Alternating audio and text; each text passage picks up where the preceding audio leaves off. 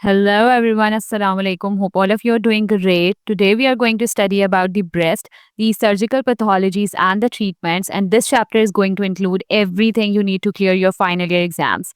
So without wasting any further time, let's get started. So, first thing first, let's talk about the anatomical and the surgical extensions of the breast. So, from the anatomical point of view, the breast extends vertically from the second to the sixth of rib, while laterally it extends from the lateral border of the sternum to the anterior axillary line.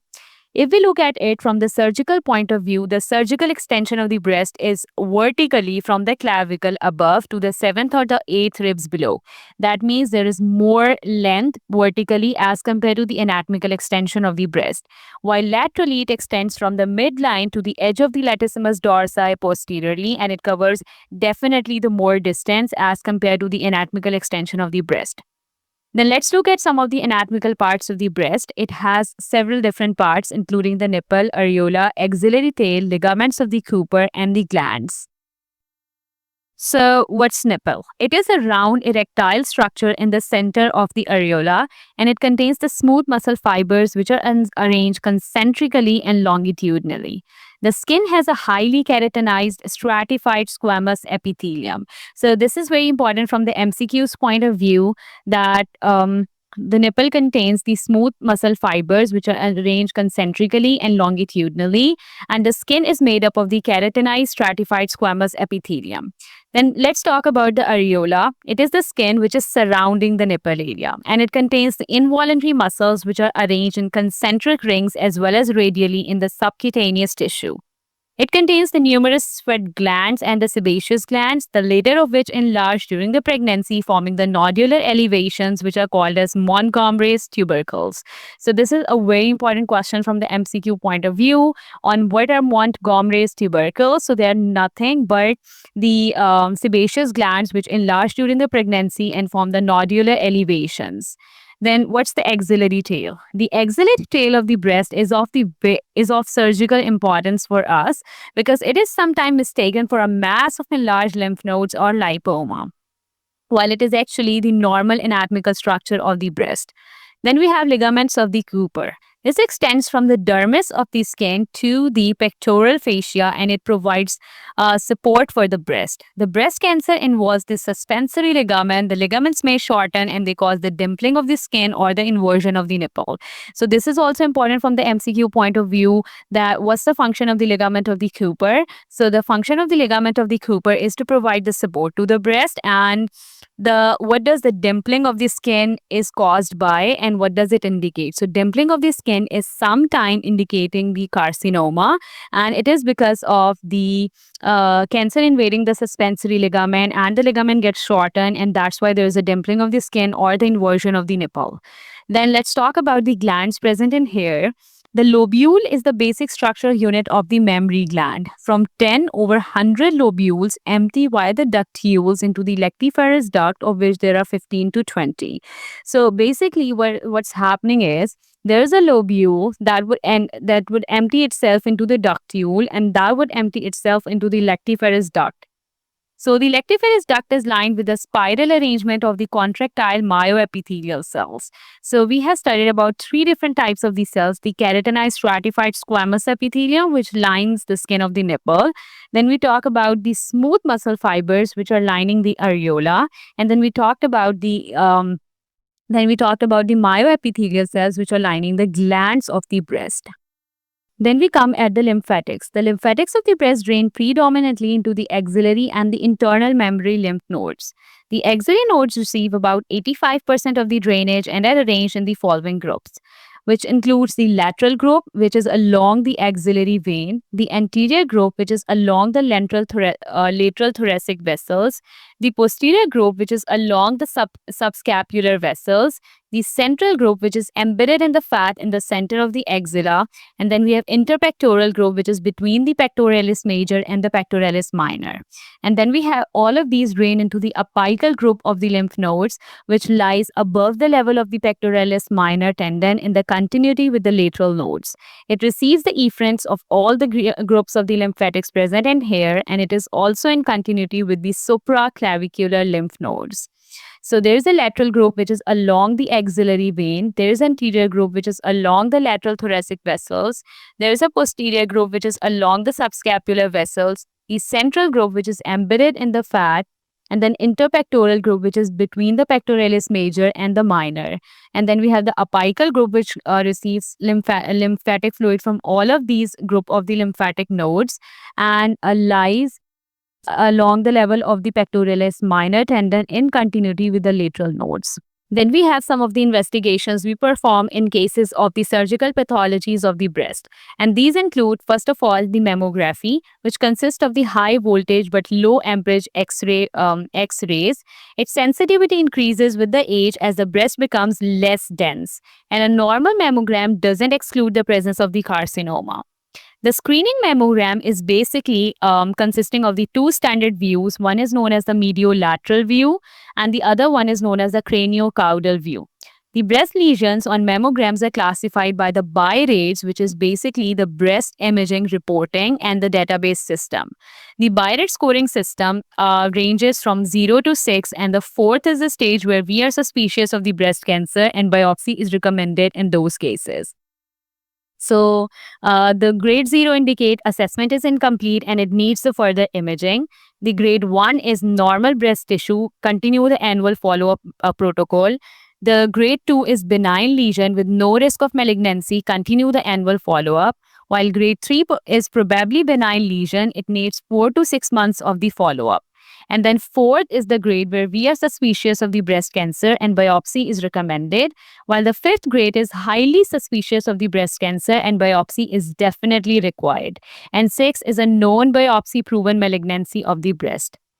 The malignant mammographic findings of the breast include the new or the spiculated masses of the breast tissue, the clustered microcalcifications in linear or the branching pattern, or the architectural distortion of the normal breast tissue.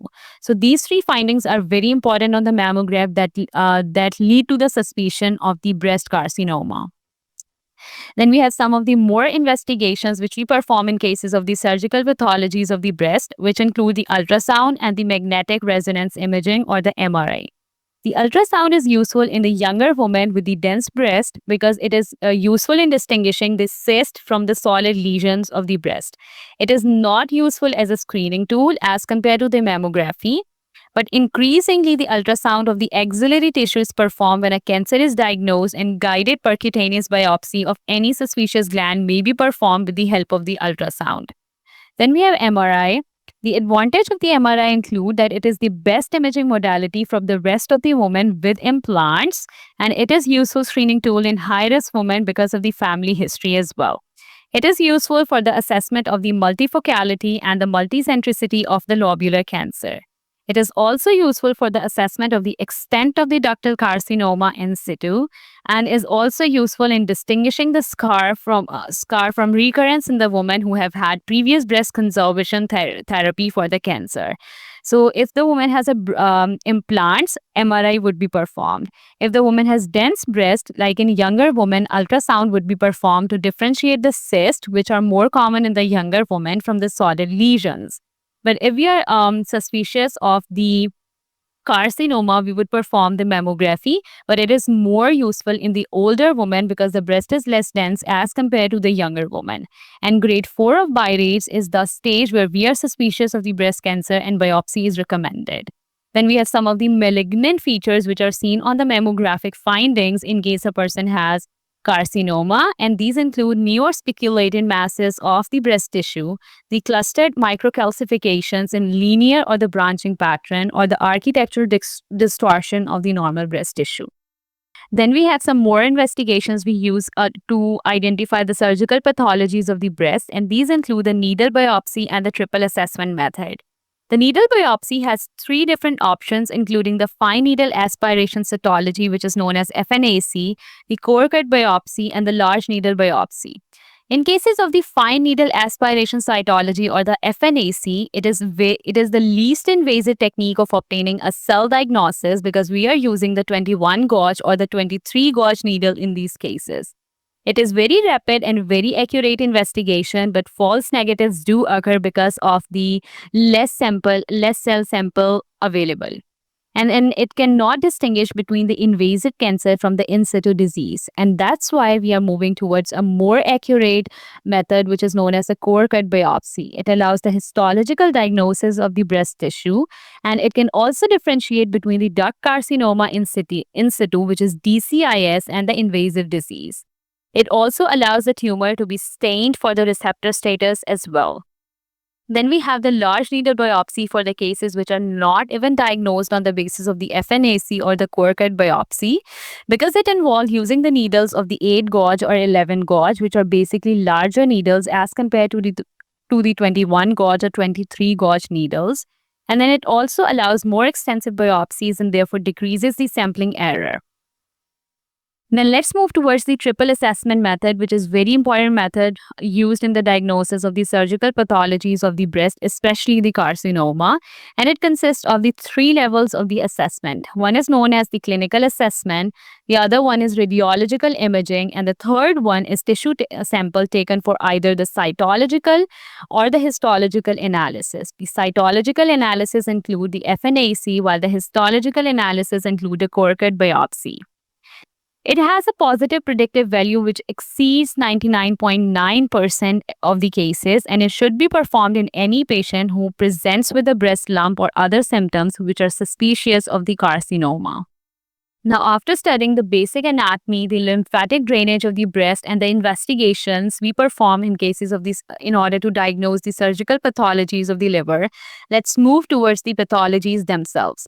So, first thing first, we have the nipple retraction.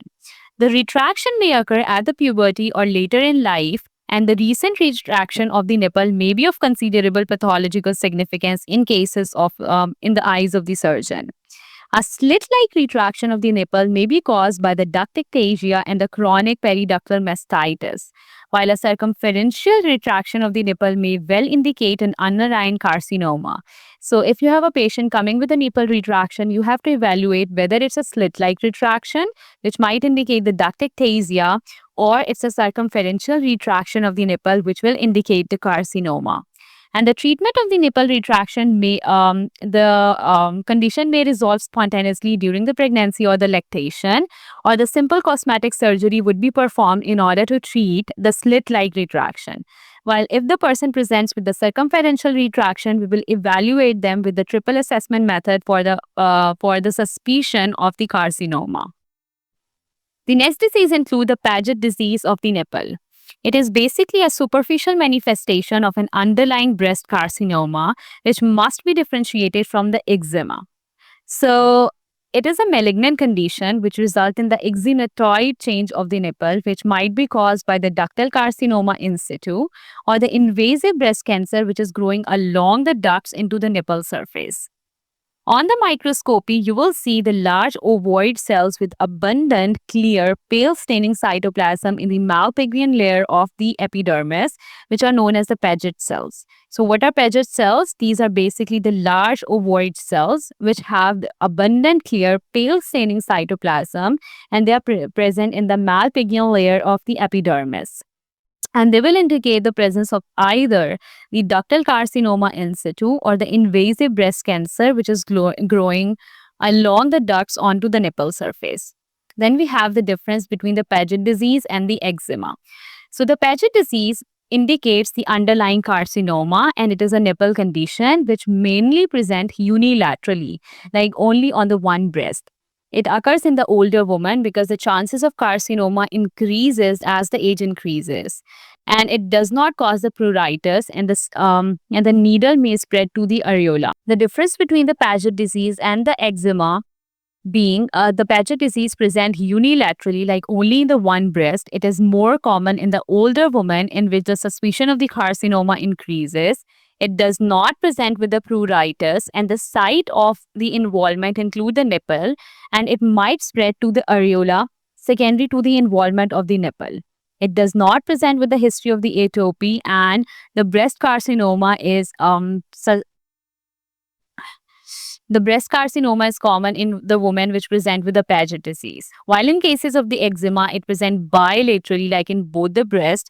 It is more common in the younger woman. It does present with the pruritus, and the site of involvement is areola, which then can spread to the nipple. Like it will first involve the areola and then it will spread towards the nipple. In contrast to the Paget disease, which involves first the nipple and then it spread to the areola. The history of atopy is common in cases of the eczema, which is presenting bilaterally in the breast, and underlying breast disease is not definite. Next, let's talk about the benign breast diseases. So, benign breast diseases are basically the non-cancerous conditions of the breast that present with the palpable lumps, pain, nipple discharge, or the radiological abnormalities, but they lack the histological evidence of any kind of the malignant changes on mammography, on ultrasound, and on MRI as well. So these disorders are far more common than the breast cancer, especially in the younger women of the reproductive ages who have more dense breast as compared to the older women, and may be associated with the hormonal fluctuations as well. The benign breast conditions are broadly classified into the three categories based on the histological risk of the subsequent malignancies.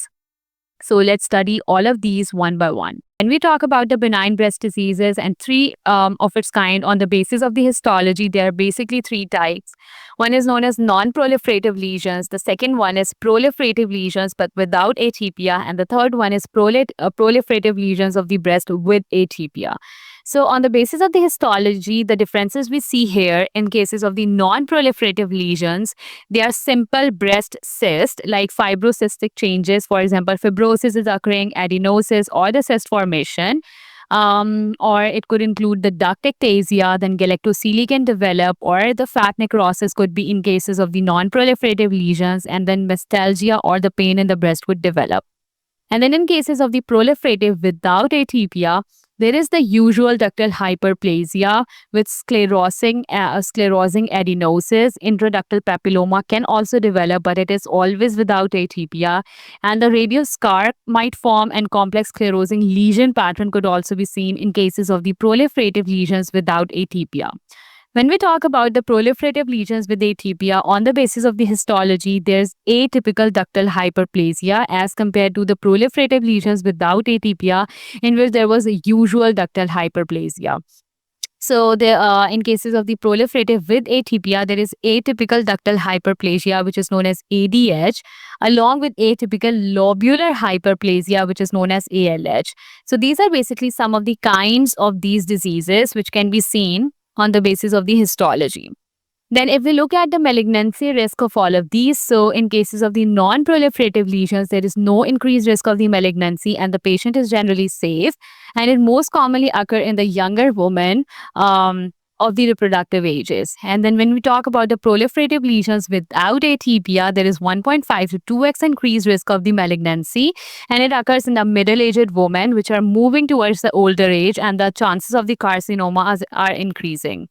Then when we talk about the proliferative lesions with atypia, there is 4 to 5 times increased risk of the malignancy. It mostly occur in the older women or with the women who have the family history of the carcinoma. The special notes about the non-proliferative lesions include it is the most common group, it is hormonally influenced, and that's why it's more common in the younger women, and it is mostly managed conservatively by either dealing with the hormonal balance of the body or using the simple analgesics. The special points about the proliferative without atypia include they are often incidental findings and they may need excision or the surveillance, the annual or bi-monthly or biannual follow-up based on the size and the location of the tissue involved. And then in cases of the proliferative with atypia, they are considered pre-malignant, and that's why they require strict follow-ups with either biannually or the annual follow-ups. They often require the surgical excision, and the long-term follow-up is also done in order to prevent the condition moving towards the carcinoma. Then we have some more benign breast conditions which are not differentiated on the basis of either etiology or the histology. These include fibroadenoma, which is the most common benign tumor in the younger woman. So the MCQ might come in your exams, that is, what is the most common benign tumor in the younger woman? That's fibroadenoma. And then we have the giant fibroadenoma or the phyllodes tumor, which is basically large. It's rapidly growing lesion, and phyllodes has some malignant potential. That's why it's important. If the person present with a large, rapidly growing lesion, which indicate the features of the fibroadenoma, always suspect the phyllodes tumor. It has a malignant potential and requires the strict follow-up protocols. Then we have the Mondor's disease, which is basically the thrombophlebitis of the superficial veins of the breast and the accessory breast tissue, which commonly is found along the embryonic milk line. As we have seen the classifications of the benign breast diseases on the basis of the different criteria, the breast diseases can also be clinically classified based on the etiology into the congenital or the acquired conditions. So they could be categorized into the congenital conditions, then some of the acquired conditions which present with the inflammatory symptoms, and then we have some of the conditions which are basically acquired but they are hormonal or functional. They do not present with the inflammatory symptoms, and then we have some of the acquired conditions which present with the extremely proliferative nature of their tissues. So let's get into the details of it and see the examples of each category.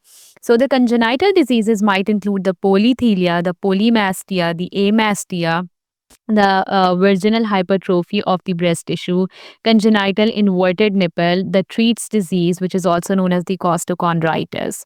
And then we have the acquired inflammatory conditions. So, acquired inflammatory conditions include the mastitis, the abscess, the duct ectasia, and the fat necrosis, some of which we are going to define in the few next slides as well. And then we have the acquired conditions, which are hormonal based and they functionally influence the tissue. So these include the fibrocystic diseases, the fibroadenoma, the phyllodes tumor, the galactocele, and the mastalgia as well. And then we have some of the acquired conditions which have the proliferative potential, and these include the intraductal papilloma, the sclerosing adenosis, and the atypical hyperplasia. Now, why is this slide important from the exam point of view? This slide is important because sometimes the question might come as how would you like to classify this disease according to the etiology, and the options would be congenital, acquired inflammatory, acquired hormonal, or functionally influenced, and acquired in the proliferative category. And we have to define these. And some of the times the question might be inverted into which of the following is the congenital benign breast disease, and we have to give the options. Now, the question obviously is not that simple. There's the whole case scenario, but the last line is always important for us. And the last line is mostly a statement based question. So be careful about your questions in the exam. Then we move on towards the details of some of the benign breast diseases. And first one comes as the Tate's disease, which is also known as the Tate syndrome or the costochondritis. So the Tate's disease or the syndrome is basically a benign, it's a self-limiting inflammatory condition of the costochondral or the sternocostal joints. So what are we talking about? We are talking about they are benign, they do not have the malignant potential, means they do not spread to the other parts of your body.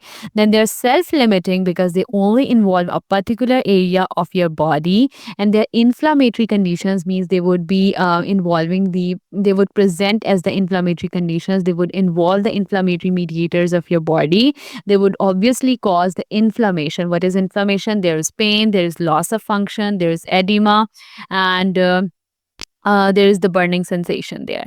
And then we have the costochondral or the sternocostal joints would be involved, and they would be presented as the painful swelling, which is most commonly at the second or the third rib. So if a woman present to you with the swelling on the second or the third rib, which presents with the inflammatory mediators, and she says that it was present by birth, which means it was congenital, it means it's Tate's disease. Okay, so then we have some of the key features of the Tate's disease. So the disease would present with the pain, and there's a visible swelling over the upper costochondral joints, mostly the second or the third rib. Then it is mostly unilateral. Only one side of the body would be involved, the other would be unaffected. It often affects the young adults because it's a congenital condition and it will present later in the teenage. And there are no systemic symptoms. There is no fever or no leukocytosis because it's a self-limiting inflammatory condition which is benign, only involving a particular part of the body. Then it is triggered by the minor trauma or the respiratory infections as well. Means the person didn't note any swelling, any type of the disturbance there throughout the childhood, but suddenly there was this respiratory infection in the early teenage or the later teenage, and there's a swelling and the person presenting with the inflammatory symptoms. So this is going to be a Tietz disease, which is basically the inflammation of the costochondral or the sternochondral joints of the second or the third rib. So, what's the treatment of the Tate's disease or the costochondritis? So, we are going with the NSAIDs or like ibuprofen for the relief of the pain. And similarly, we are going for the rest, the heat packs, and the reassurance that the condition is self limiting. It would resolve on its own over the weeks or the months, and there's nothing to be worried about. But if the patient is presenting with the severe symptoms of the inflammation, we might consider giving the local steroid infection in case of the severe disease. The next condition we are going to discuss is the diffuse hypertrophy or the virginal or the juvenile hypertrophy of the breast tissue. I have already shown you the picture in the previous slides, and this is basically a rare, a very, very dramatic bilateral extreme enlargement in the breast in the adolescent girls due to the extreme hormonal sensitivity of the breast tissue to the increasing hormones in the body. It may cause the psychological distress in the patients as well because there is an extreme enlargement that's uncomfortable for the patient. There's back pain because it's putting the pressure on the front of the body. There is a skin ulceration because the tissues are proliferating very fast, and the posture problems can also present with it because of the extreme enlargement of the tissue. So the breast tissue is non-lactational, it is non-tumorous, and it is histologically normal. There is no histological abnormality indicating any kind of the malignancy in these cases. It's a non-tumorous tissue, it's non-lactational, there are no lactational glands present inside the tissue. The endocrine studies are usually normal. The estrogen receptors are often overexpressed. It means that estrogen in the body is normal, but uske jo receptors hai body mein, they are oversensitized. They are over sensitive for the amount of the estrogen which is present inside the body. So they are causing the extreme enlargement of the breast tissue. The treatment is mostly conservative with the support, with the reassurance by giving the supportive undergarments. The surgical reduction could also be considered in cases of the severe cases, and the procedure is known as reduction mammoplasty. So the question might come in your exam that what's the treatment for the diffuse hypertrophy? So the procedure's name is reduction mammoplasty. What's the cause of it? There's a hormonal sensitivity. The estrogen receptors are overexpressed in such conditions. The recurrence may occur after the surgery unless the hormonal sensitivity has been taken care of by the surgeon. And the key point in this, it must be differentiated from the phyllodes tumor or the giant fibroadenoma. So what could be the sum of the differential points? The hormonal studies would be the differential point. The estrogen receptor studies would be the differential point. And it would be the extreme enlargement that would present with the posture problems. And it was dramatic. It suddenly presented. And there are no tumorous features that were present in this disease as compared to the phyllodes tumor.